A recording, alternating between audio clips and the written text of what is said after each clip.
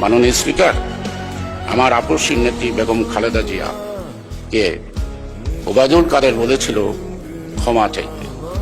সেদিন সোহরাওয়ার্দী উদ্যান একটি সভা ছিল, বড় অনেক লোকের সমাগম। আমি সেদিন উচ্চকণ্ঠে বলেছিলাম ওবায়দুল কাদেরকে, বেগম খালেদা জিয়া ক্ষমা চাইবে এমন মানুষ বাংলাদেশে নাই যার কাছে ক্ষমা চাইতে পারে। আমি আমার নেত্রীকে উদ্দেশ্য করে বলছিলাম, ম্যাডাম, বাংলাদেশের মানুষ এতদিন জানতো আপনি আপসী, বাংলাদেশের মানুষ এখন জানে আপনি মাদার অফ ডেমোক্রেসি।